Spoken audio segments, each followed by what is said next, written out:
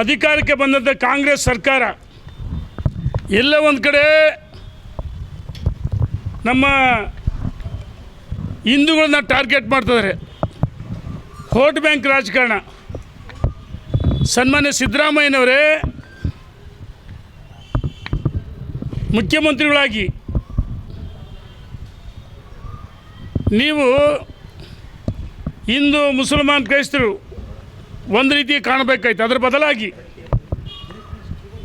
ಕಲ್ಲಡ್ಕ ಪ್ರಭಾಕರ್ ಭಟ್ ತಮ್ಮ ಜೀವನವನ್ನೇ ಈ ದೇಶಕ್ಕೋಸ್ಕರ ಹಿಂದುತ್ವಕ್ಕೋಸ್ಕರ ಮುಡುಪಾಗಿಟ್ಟಂಥ ಕಲ್ಲಡ್ಕ ಪ್ರಭಾಕರ್ ಭಟ್ ಮತ್ತು ಇತರ 15 ಜನರ ಮೇಲೆ ಈ ಸರ್ಕಾರ FIR ದಾಖಲಿಸಿದೆ. ಅರುಣ್ ಪುತ್ತಿಲ ಗಡೀಪಾರು ಮಾಡೋಕ್ಕೆ ಆದೇಶ ಮಾಡಿದರೆ. ಇಂದು ಕಳೆದ 2 ದಿವಸಗಳ ಹಿಂದೆ ಏನು ಕೋಮು ಸೌಹಾರ್ದ ಸಮಿತಿ ಅಂತ ಹೇಳಿದರು. ಇದು ನಾನು ನಿನ್ನೇನು ಹೇಳಿದ್ದೆ, ಹಿಂದೂಗಳನ್ನು ಟಾರ್ಗೆಟ್ ಮಾಡಿ ನೀವು ಸಮಿತಿಯನ್ನು ಮಾಡಿದಿರಿ. ನಾನು ಸರ್ಕಾರಕ್ಕೆ ಒತ್ತಾಯ ಮಾಡ್ತೀನಿ ಮತ್ತು ಎಚ್ಚರಿಕೆಯನ್ನು ಕೊಡ್ತಾ ಇದ್ದೀನಿ. ಪಾಕಿಸ್ತಾನ್ ಜಿಂದಾಬಾದ್ ಅಂದವ್ರನ್ನ ಎಷ್ಟು ಜನರು ಬಂಧಿಸಿದ್ರಿ? ವಿಧಾನಸೌಧ 3ನೇ ಮಾಡಿಯಲ್ಲಿ ನಾಸಿರುದ್ದೀನ್ ಶಾ ರಾಜ್ಯಸಭಾ ಸದಸ್ಯ ಆದಾಗ ಕೆಲವು ದೇಶದ್ರೋಹಿಗಳು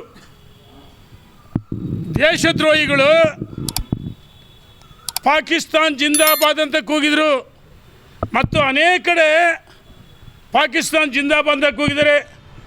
ಹಿಂದೂಗಳನ್ನು ನಿರಂತರವಾಗಿ ಟಾರ್ಗೆಟ್ ಮಾಡಿ ಹತ್ಯೆ ಮಾಡಿದರೆ. ಅದಕ್ಕೋಸ್ಕರ ಹಿಂದೂ ಟಾರ್ಗೆಟ್ ಮಾಡಿ ಕಮಿಟಿಯನ್ನು ಮಾಡಿದ್ದೀರಿ ನೀವು.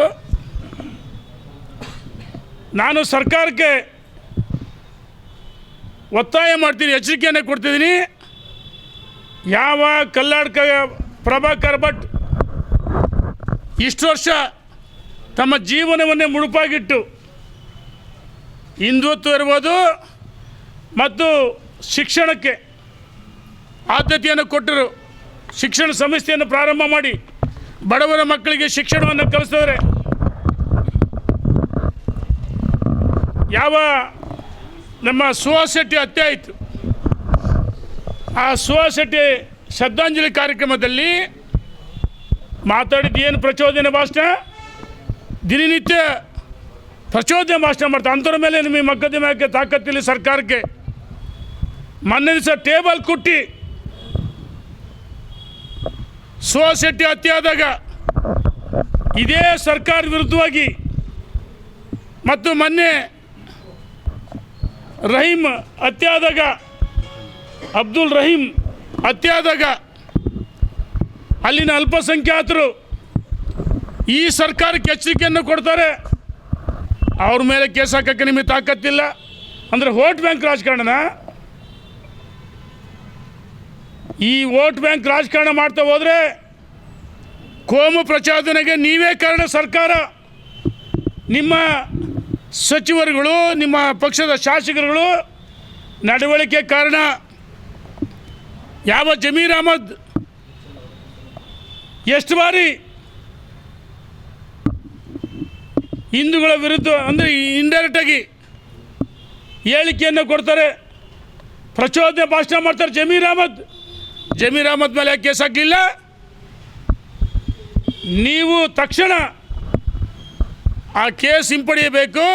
ರಾಜ್ಯದಲ್ಲಿ ಸರ್ಕಾರ ಸುಳ್ಳು ಭರವಸೆಯನ್ನು ಹೇಳಿ ಯಾವುದೋ ಕಾರಣಕ್ಕೆ ಅಧಿಕಾರಕ್ಕೆ ಬಂತು. ಸ್ವತಃ ಸಿದ್ದರಾಮಯ್ಯನವರಿಗೆ, DK ಶಿವಕುಮಾರ್ ಅವರಿಗೆ, ಕಾಂಗ್ರೆಸ್ ರಾಷ್ಟ್ರೀಯ ನಾಯಕರು ರಾಹುಲ್ ಗಾಂಧಿ, ಪ್ರಿಯಾಂಕಾ, ಸೋನಿಯಾ ಗಾಂಧಿ ಮತ್ತು ನಮ್ಮ ಕರ್ನಾಟಕದ ಉಸ್ತುವಾರಿಗಳದರಲ್ಲ ವೇಣುಗೋಪಾಲ, ಸುರ್ಜಿವಾಲ, ಅವ್ರಿಗೆ ಯಾರಿಗೂ ಗೊತ್ತಿರಲಿಲ್ಲ ರಾಜ್ಯದಲ್ಲಿ ಕಾಂಗ್ರೆಸ್ ಅಧಿಕಾರಕ್ಕೆ ಬರಲ್ಲ ಅಂತ. ಅವ್ರಿಗೆ ಬರಲ್ಲ ಅಂತ ಮಾಹಿತಿ ಇತ್ತು. ಎಲ್ಲ ಒಂದು ಕಡೆ ನಮ್ಮ ಸ್ವಯಂಕೃತ ಅಪರಾಧದಿಂದ ಅವರು ಅಧಿಕಾರಕ್ಕೆ ಬಂದರು, ಸುಳ್ಳು ಭರವಸೆಗಳು ಹೇಳಿ. ಹಿಂದೆ ಮೊನ್ನೆ ಹೊಸಪೇಟೆ ಸಾಧನಾ ಸಮಾವೇಶ ಅಲ್ಲ, ಅದು ಲೂಟಿ ಸಮಾವೇಶದಲ್ಲಿ ಹಿಂದಿನ ದಿವಸ ಹೇಳಿದರು ತೆರಿಗೆ ಬಂದಂಗೆ ನಾವು ಹಣ ಬಿಡುಗಡೆ, ನಾವೇನು ಒಂದೇ ಸರಿಗೆ ತಿಂಗಳ ಹಣ ಬಿಡುಗಡೆ ಮಾಡ್ತೀವಿ ಅಂತ ಅವ್ರು ಕೇಳಿದರು. ನಿನ್ನೆ ದಿವಸ ಮಾಧ್ಯಮ ಸ್ನೇಹಿತರು ನನ್ನ ಗಮನ ಸೆಳೆದಿರಿ. ಆಯಿತು, ಸತೀಶ್ ಜಾರಕಿಹೊಳಿ ಅವರೇ, ಡಿ ಕೆ ಶಿವಕುಮಾರ್ ಅವರು, ಸಿದ್ದರಾಮಯ್ಯನವರೇ, ನಿಮ್ಮ ಕಾಂಗ್ರೆಸ್ಸಿನ ಶಾಸಕರುಗಳು ಅಭಿವೃದ್ಧಿಗೆ ಹಣ ಬಿಡುಗಡೆ ಮಾಡ್ತಲ್ಲ, ಈ ಗ್ಯಾರಂಟಿ ಯೋಜನೆ ವಾಪಸ್ ಪಡೀರಿ ಅಂತೇಳಿ ಒತ್ತಾಯ ಮಾಡಿದ್ದಾರೆ. ನಮಗೆ ವಿಷ ಕುಡಿಯೋಕ್ಕೂ ದುಡ್ಡಿಲ್ಲ ಅಂತ ಹೇಳಿದ್ದಾರೆ ಕಾಂಗ್ರೆಸ್ಸಿನ ಹಿರಿಯ ಶಾಸಕರು. ಎಲ್ಲೋ ಒಂದು ಕಡೆ ಕೊಟ್ಟ ಭರವಸೆಗಳನ್ನು ನಿಮಗೆ ಈಡೇರಿಸೋಕ್ಕಾಗ್ತಾಯಿಲ್ಲ, ಅಭಿವೃದ್ಧಿ ಆಗ್ತಾಯಿಲ್ಲ. ಎಲ್ಲೋ ಒಂದು ಕಡೆ ನಿಧಾನಕ್ಕೆ ಈ ರೀತಿ ಹೇಳಿಕೆಗಳನ್ನು ಕೊಟ್ಟು ಭರವಸೆಗಳನ್ನು ವಾಪಸ್ ಪಡೆಯುವಂಥ ಇದು ಕುತಂತ್ರ ಹೇಳೋಕೆ ಒಂದು ಭಾಗ ಅಂತ ಹೇಳಕ್ಕೆ ಇಚ್ಛೆಪಡ್ತೀನಿ ನಾನು. ಕೋಮು ಸೌಹಾರ್ದ ಸಮಿತಿ ನಮ್ಮ ಹಿಂದೂಗಳನ್ನು ಟಾರ್ಗೆಟ್ ಮಾಡೋಕ್ಕೆ ಮಾಡಿದ್ದು. ಅದರ ಭಾಗ ಕಲ್ಲಡ್ಕ ಪ್ರಭಾಕರ್ ಭಟ್ ಏನು ದೇಶದ್ರೋಹಿ ಹೇಳಿಕೆಯನ್ನು ಕೂಗಿದ್ರ, ಏನು ಪ್ರಚೋದನೆ ಭಾಷಣ ಮಾಡಿದರು. ಕಲ್ಲಡ್ಕ ಪ್ರಭಾಕರ್ ಭಟ್ ಅವರ ಜೀವನ ಪೂರ್ತಿ ಹಿಂದುತ್ವಕ್ಕೋಸ್ಕರ, ಭಾರತ ಮಾತೆಗೋಸ್ಕರ ಮುಡುಪಾಗಿಟ್ಟಿದ್ದಾರೆ. ಅವರು ಮತ್ತು ಅವರು 15 ಜನರ ಮೇಲೆ FIR ಹಾಕಿದ್ದಾರೆ, ದಾಖಲು ಮಾಡಿದ್ದಾರೆ. ಅರುಣ್ ಪುತ್ತಿಲ ಒಬ್ಬ ಹಿಂದುತ್ವದ ಹೋರಾಟಗಾರ, ಅವರನ್ನು ಗಡೀಪಾರು ಮಾಡೋಕ್ಕೆ ಆದೇಶ ಮಾಡಿದ್ದಾರೆ. ನಾನು ಹೇಳ್ತೀನಿ, ಸರ್ಕಾರಕ್ಕೆ ಎಚ್ಚರಿಕೆಯನ್ನು ಕೊಟ್ಟು ಹೋರಾಟ ಮಾಡಬೇಕಾಯ್ತೆ. ಆಗಿರ್ತಕ್ಕಂಥ FIR ಕಲ್ಲಡ್ಕ ಪ್ರಭಾಕರ್ ಭಟ್ ಅವ್ರ ಮೇಲೆ ಆಗಿರ್ತಕ್ಕಂಥ FIR ವಾಪಸ್ ಪಡಿಬೇಕು, ಮೊಕದ್ದಮೆಗಳನ್ನು ಹಿಂಪಡಿಬೇಕು. ಅರುಣ್ ಪುತ್ತಿಲ ಗಡೀಪಾರು ಏನೂ ಆದೇಶ ಮಾಡಿಲ್ಲ, ಹಿಂಪಡಿಬೇಕು ಅಂತ ಹೇಳಿ ಒತ್ತಾಯ ಮಾಡ್ತೀನಿ. ಇಲ್ಲದೇ ಇದ್ದರೆ ಹೋರಾಟ ಮಾಡಬೇಕಾದ್ರೆ ಸರ್ಕಾರಕ್ಕೆ ನಾನು ಎಚ್ಚರಿಕೆಯನ್ನು ಕೊಡ್ತಾ ಇದ್ದೀನಿ. Thank you. ನೋಡಿ, ಕಾಂಗ್ರೆಸ್ಸು ಈ ಸರ್ಕಾರ ಹಗರಣಗಳ ಸರ್ಕಾರ. ರಾಜ್ಯದ ಈ ಸರ್ಕಾರ ಹೆಂಗೆ ಆಲಿಬಾಬಾ ಚಾಲಿಸ್ ಚೋರ್, ಆ ರೀತಿ ಸರ್ಕಾರ. ಇಡೀ ಕಾಂಗ್ರೆಸ್ಸಿನ ಸಚಿವ ಸಂಪುಟ ಸದಸ್ಯರಷ್ಟೇ ಮುಖ್ಯಮಂತ್ರಿಗಳು, ಉಪಮುಖ್ಯಮಂತ್ರಿಗಳು ಮತ್ತು ಸಚಿವರುಗಳು ಭ್ರಷ್ಟಾಚಾರದಲ್ಲಿ ಮುಳುಗೋಗಿದ್ದಾರೆ. ಬ್ರಹ್ಮಾಂಡ ಭ್ರಷ್ಟಾಚಾರ. ಇದು ನನ್ನ ಮಾತಲ್ಲ, ರಾಜ್ಯದಲ್ಲಿರ್ತಕ್ಕಂಥ ಕಾಂಗ್ರೆಸ್ಸಿನ ಆಡಳಿತ ಪಕ್ಷದ ಶಾಸಕರು ಹೇಳಿದರು. ವರ್ಗಾವಣೆಯಲ್ಲಿ ಲೂಟಿನ ದಂಧೆ ಆಗ್ತದೆ ಹೇಳಿದ್ದಾರೆ. ಕಾಂಗ್ರೆಸ್ಸಿನ ಶಾಸಕರು ತಾನೆ. ಮೊನ್ನೆ ಜಲಸಂಪನ್ಮೂಲ ಸಚಿವರು, ಉಪಮುಖ್ಯಮಂತ್ರಿಗಳು ಪತ್ರ ಬರ್ತಾರೆ. ನನ್ನ ಗಮನಕ್ಕೆ ಬರ್ದಂಗೆ ಹಿರಿಯ ಇಂಜಿನಿಯರ್ಗಳ ವರ್ಗಾವಣೆ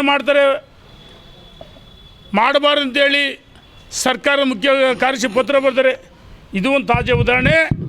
ಬ್ರಹ್ಮಾಂಡ ಭ್ರಷ್ಟಾಚಾರ ಈ ಸರ್ಕಾರ ಇದು ಅಧಿಕಾರಕ್ಕೆ ಬಂದರೆ ಇದು ಸರ್ಕಾರ 60% ಕಮಿಷನ್ ಸರ್ಕಾರ ಅಂತ ನಾನು ಹೇಳಕ್ಕೆ ಇಚ್ಛೆಪಡ್ತೀನಿ.